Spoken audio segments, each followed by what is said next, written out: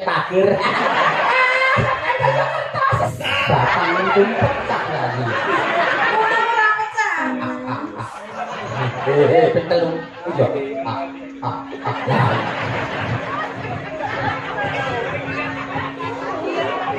Iya. Tak dapat ini Pak dan kita silakan lagi.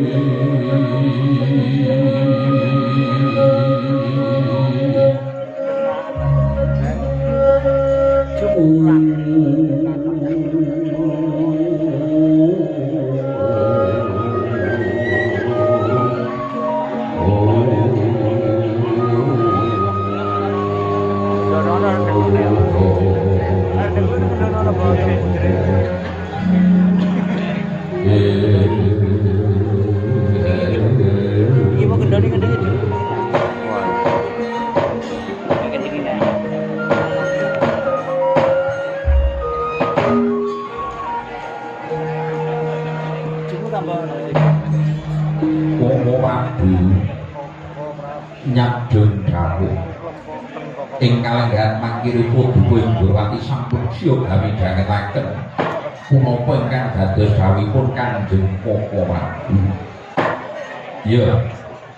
Ya mau ngarepun kakang wis ngandhakake yen to putra Mandura putrane Samarga Kanjeng Rama Prabu Basudewa kuwi kang cinathet nuksara silah kang resmi amung 3. Ya kuwi pun kakang Yayi Ndrawati lan kadang Yayi Bramajaya. Pun kakang wis mukti bau bendha jumenapa ing negara Mandura unsur keprabone Samarga Kanjeng Rama Prabu kuwi. Wong dene kaya kadang Yayi Narayana uga wis mukti bau bendha jumeneng pinangka jejeg sing pengayomaning para kawula agung ing negara Ndrawati. Wong dene kadang Yayi Bramajaya nganti klungguhan dina iki sing mapan ing Taman Banon Cinawi. Tegese isih melu kelawan kadang Yayi Ndrawati. Aku bisa nampa. Ya jalaran wiwit duk nalika isih cilik ing Widara Kandhang. Pancen Bratajaya kuwi luwih cedhek kelawan Yayi Narayana yen kok kabandhingake kelawan kakang. Mula duk nalika saksurute Kanjeng Rama Prabu Basudewa yuni pun kakang paring lan andhang parang adi Gusti Rara Ireng. Rara Ireng sabanjure kakangmu Mandura wis demen dadi ratu. Kakangmu Narayana wis demen dadi ratu. Iki kanthi kowe. Sabanjure kowe milih mapan ning Mandura apa melu kakangmu Narayana. Nalika semono nggo kundhawi. Nggon kundhamu marang kadang Gusti Bratajaya mengkono. Tibane Gusti Bratajaya duweni pilihan dhewe. Bratajaya melu Yayi Kresna kakur mening Ndrawati. Abot-abote dugi Adi Wedok. Mula jroning telenging atiku rasane ra kene ra ana tega. Atase duwe Adi Wedok siji wae. Kok nganti kelungguhan iki durung pojo-pojo sewek alasane jalaran isih melu kakange. Terus Koko Prabu Mandura kados pundi? Aku tak takon. Munggo rasa pangrasamu Yayi Bratajaya ki nek taun iki yuswane wis pira? Kirang boten kathah keladunga namung sawetawis. Yayi Bratajaya ngantos kelungguhan warsa menika sampun dungkap kalih dasa warsa Koko Prabu 20 taun. Mapan kalungguhan kados mekaten. 20 taun kuwi mungguhe wong Jawa itungan dina iki kena wis diarani rada kasep sawetara. Rada kasep sawetara.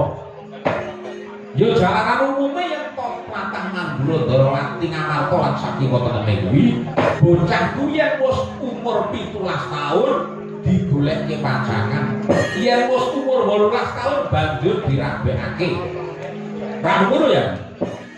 Kaluhuranku napa ingkang dados sabanipun Kanjeng Koko Prabu. Nah, iki upama ya.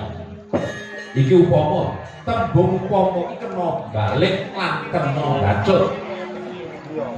Liripun kados pundi Koko Prabu? Ora Yayi Kresna iki munggono duwe IP ngono. Cita-citamu iki piye ya?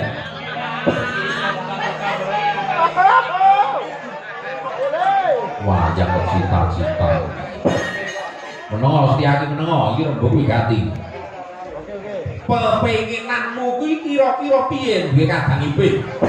Calone sok sing mengku garwa. Adimu si Bratajaya kuwi mungguh kriteriamu iki kaya apa? Nang arep aku wis Dhuwur. Wong mati yen kos ngantos kalenggan mangke kula menika boten gadhahi kekundangan dumateng Yayi Bratajaya. Jernyatanipun najanto kula gadhahi kekundangan namung kula ngurmati ingkang lampahi menika mangke Yayi Rara. Kula jaring awak menawi to kekundangan kula menika boten saged kawujudan, boten saged kasembatan wontenipun namung cumo, wontenipun rak namung griya.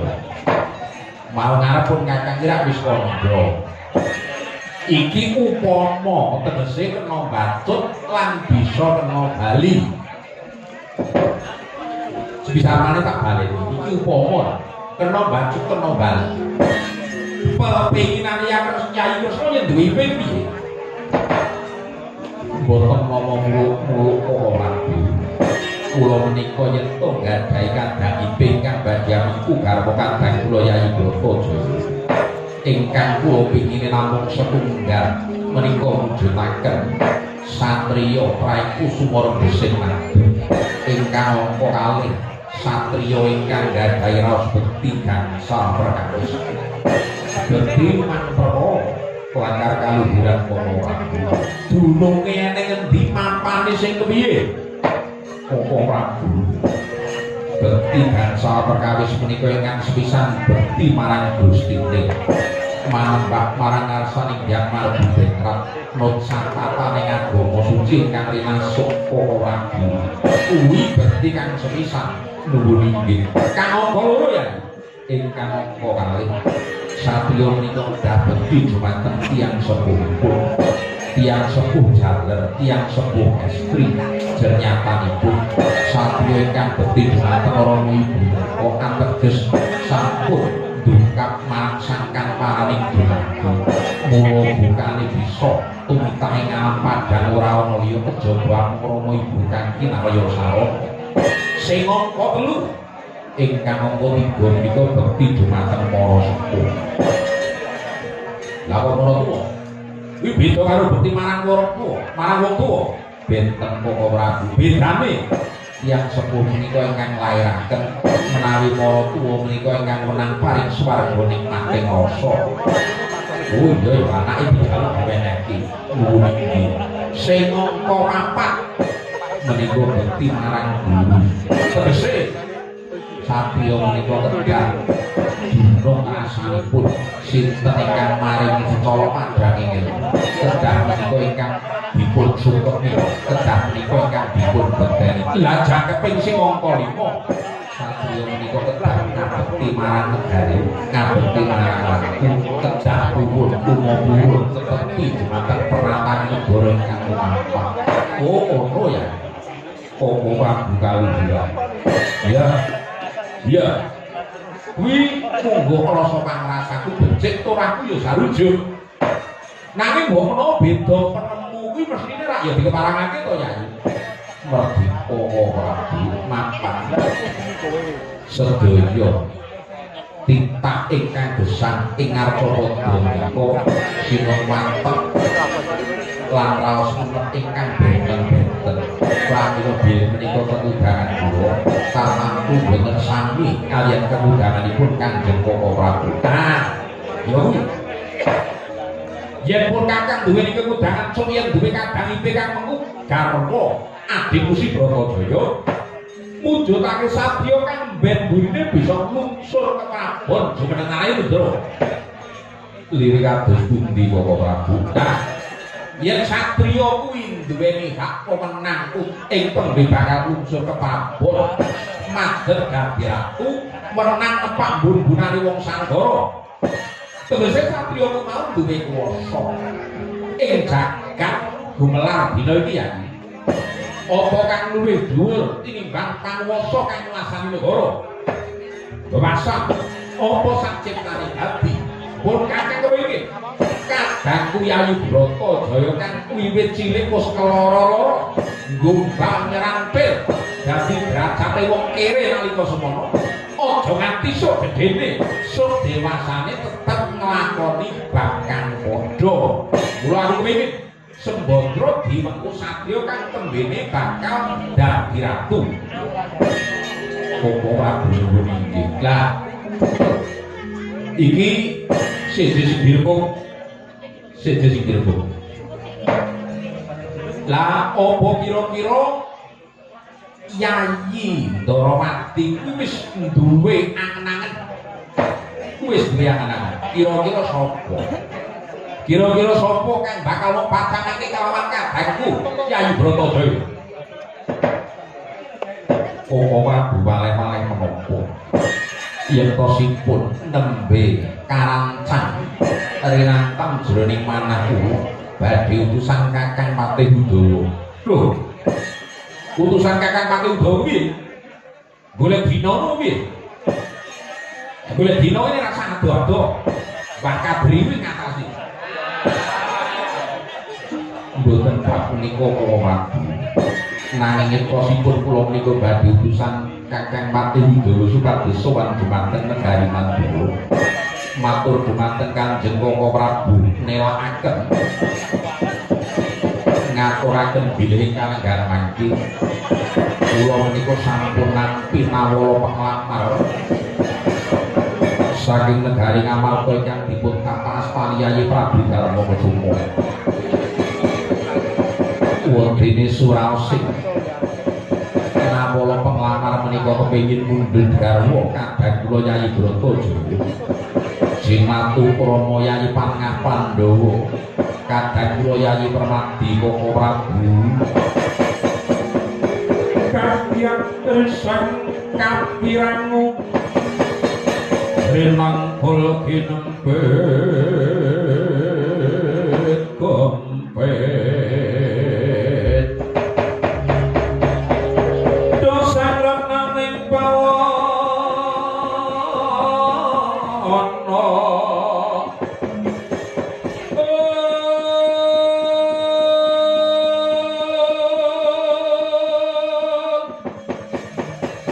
ya gitu kan ya gitu kan nasib ya gitu kan kudu garing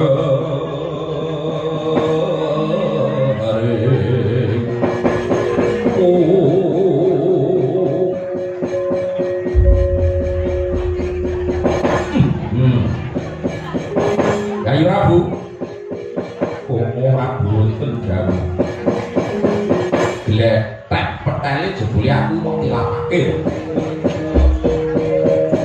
Aku ki mau dilamake.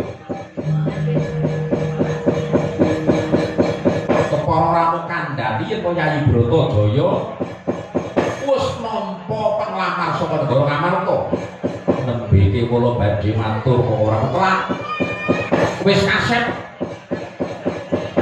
kasep. Tegese iki nyocok rasaku ternyatane Yayi Prabu kudu nika.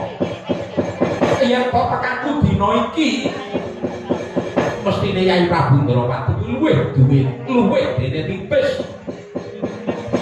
Luwih dene Wasmita wis bisa mbantang apa kang dadi leketane rasaku. Yayi.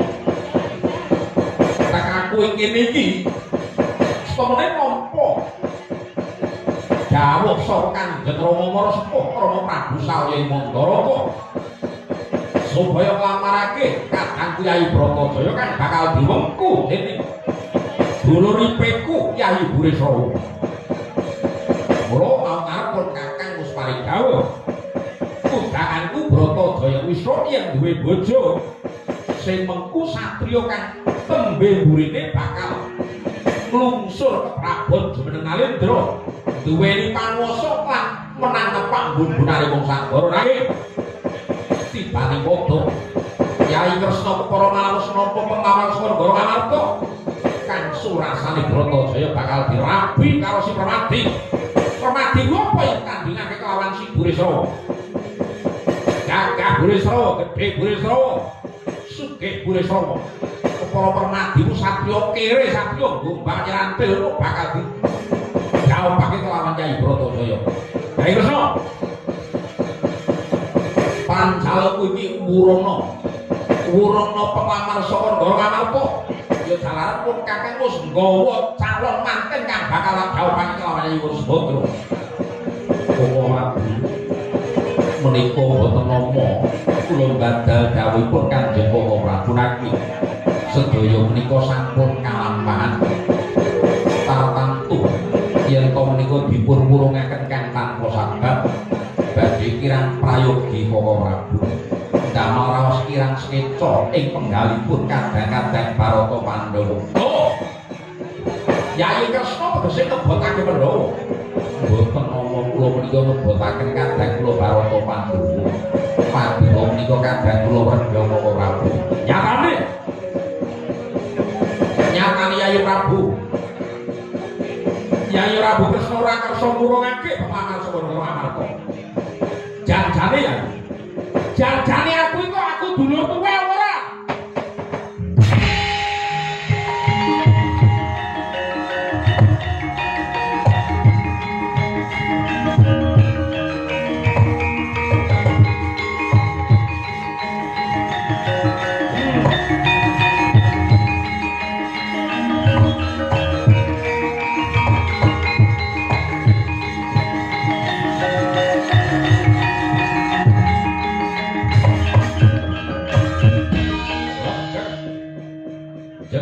Pindha tugu Sinokantana Pandrawati Prabu Sri Bathara Kresna Tan Kuwawa Hamang Sulipun apa ingkang dados mesguling raos napa Mandura Prabu Sri Baladewa tidhem jroning pananggilan nakala sampun saruga metring Jawi miyakan sampun nangkil nggih semaning Nalindra Muda Pringga Dani Prabu Anabharya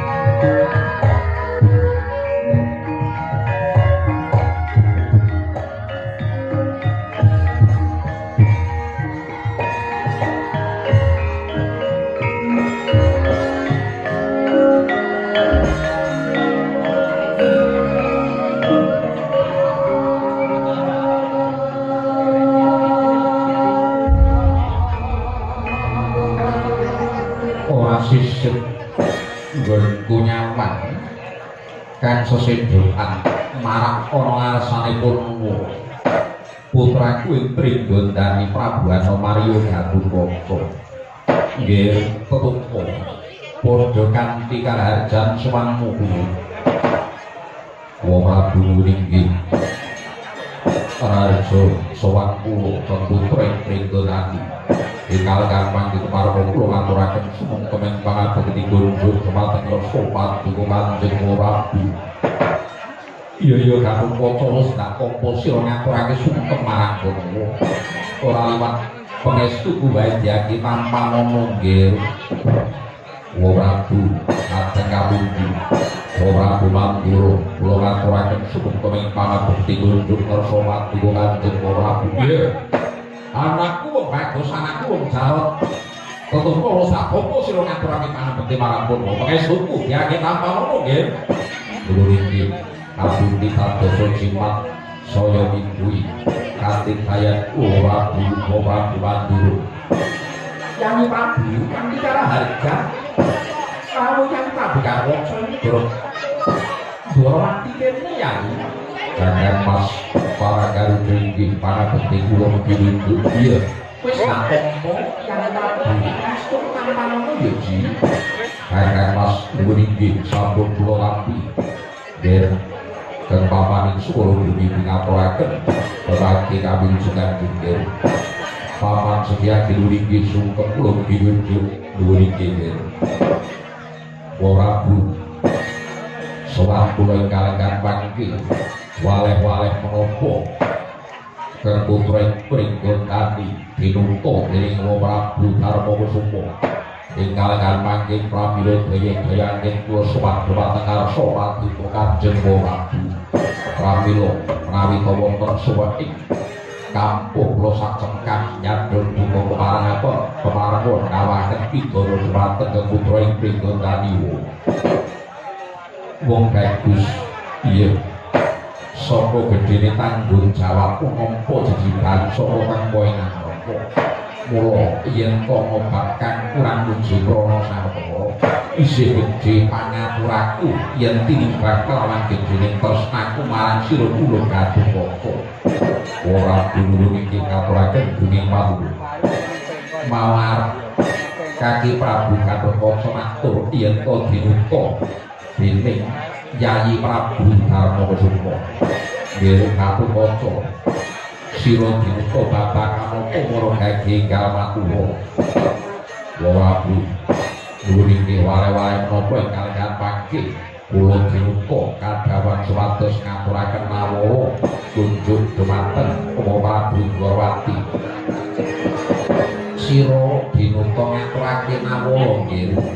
Prabu nggih iya. Yen kepelo kaya mangkon rada maju sawetara mara gage atur mawa sapa Kyai Prabu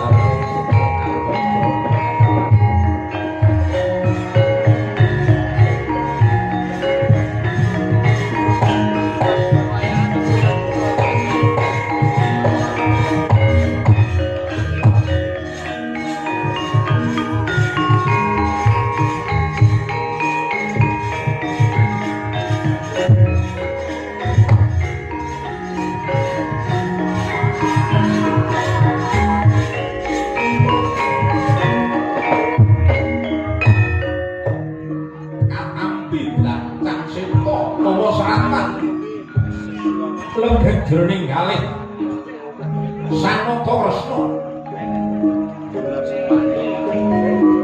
Yen dene tiba-tiba jroning panggalih gandeng mata ngamarta yen kawinan senggah gawing temanten. Namung kewet jroning raos Sang Prabu Kresna badhe paring pawangsulan gandeng kanggan mangke tinenggan dening Rangkanata Prabu Sri Baladewa.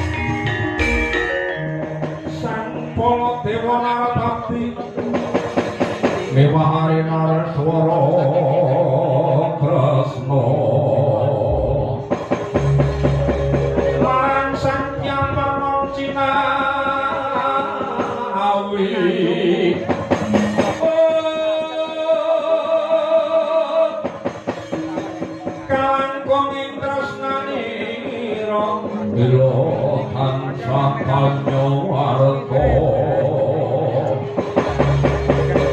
Mila tansah kanya warga Sri Narendra kalih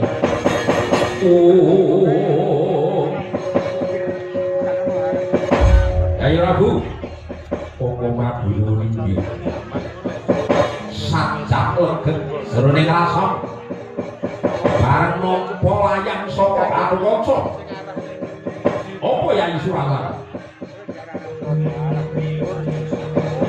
nyabdu Koko Prabu menika suraosing nawala badhe kula wangsuli pitung dinten ingkang badhe dateng ora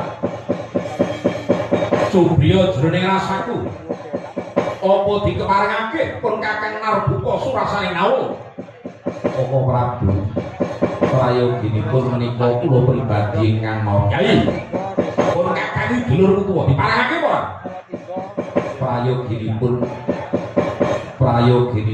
kuwi kula kemawon ingkang Narbuka suraosing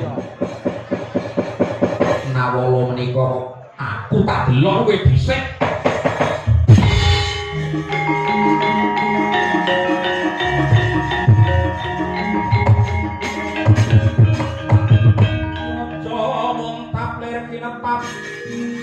Jojo bang mawi wongges Kumega padon ning mati soring Joko Malatulan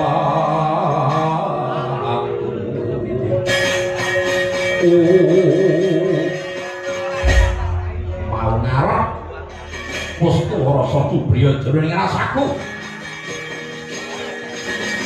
tak lintang-linting tak lipur-lipur nyatane atiku ora bisa dihapus iki nawala saka negara Amarta iki nawala kang surasane nakokake yen to Yai Prabu Darmakusuma kepengin enggal ana dina kanggo dhawuhing Yai Pramadi kelawan kadang Yai Bratadewa Yai Kresna aku kan bakal mangsi kanggo kaca wangsulane layang iki tak sum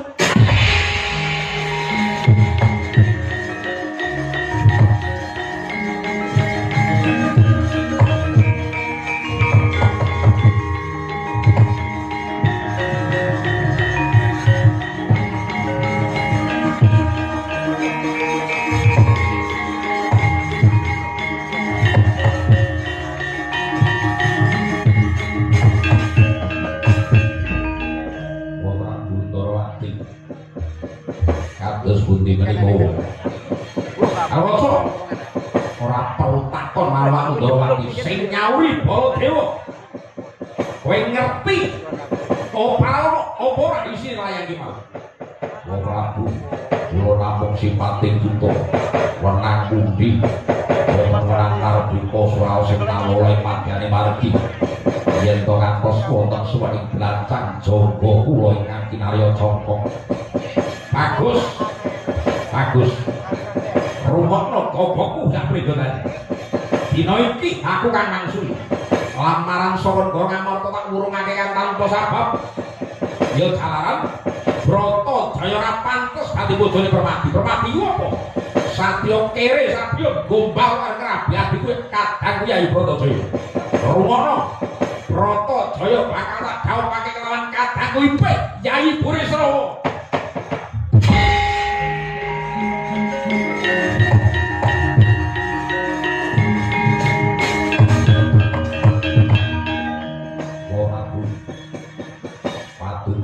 yang sepuh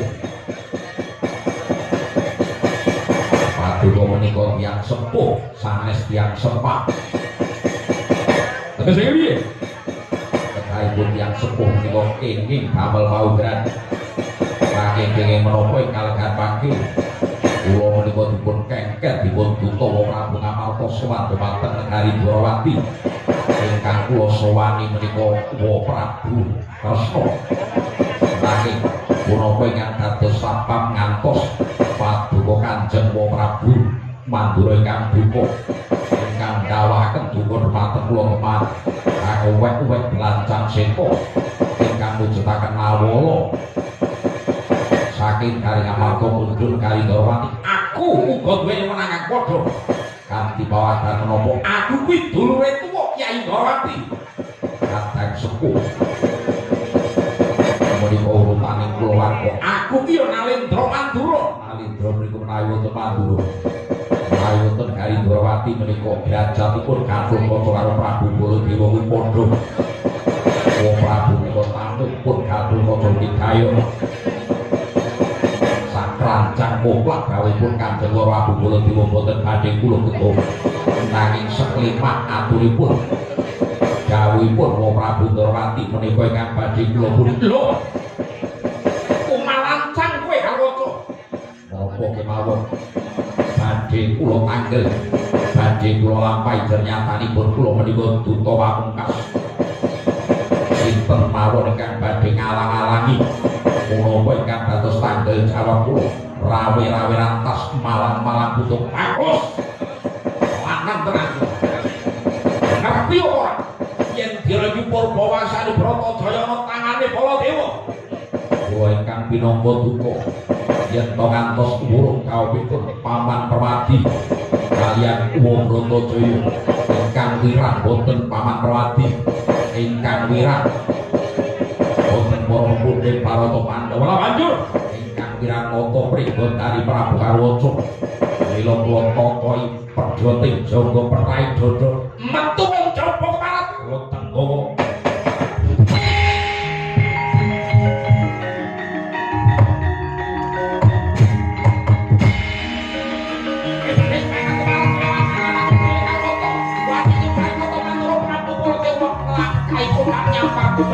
ayo, otak lihat cinta sampai kau ini kalau ini.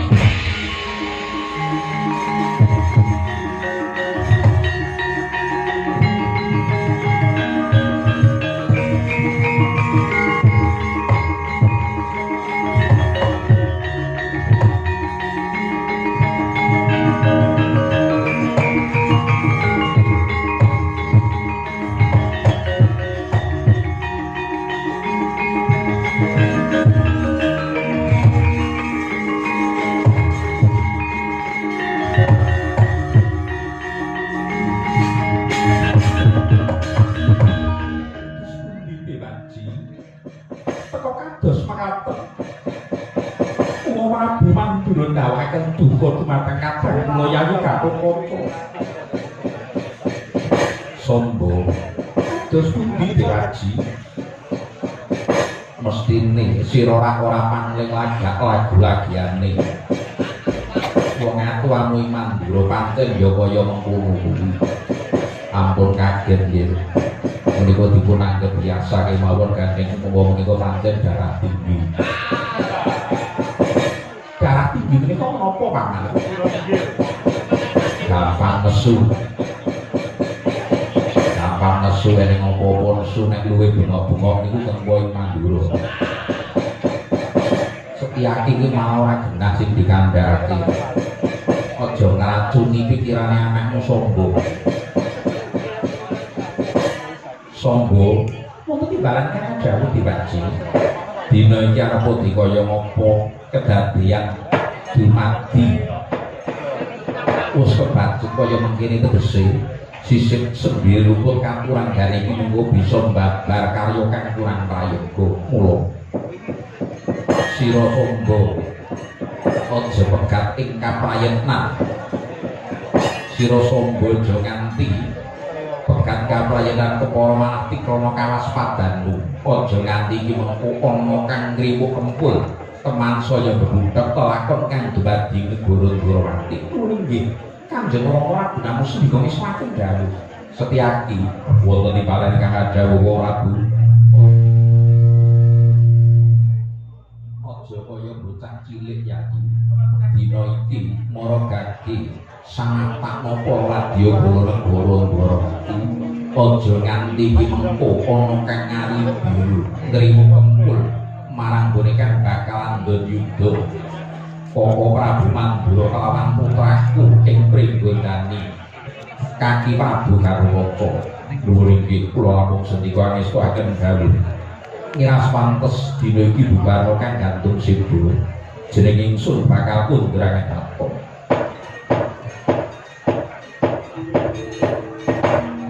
Ustra sabdaning Sang Moko Maha Prabu Sri Bathara Kresna kepareng ngarsa kundrang apa biar ngarsa mangkep sambil candrane hamuji syukur mring ngarsaning Gusti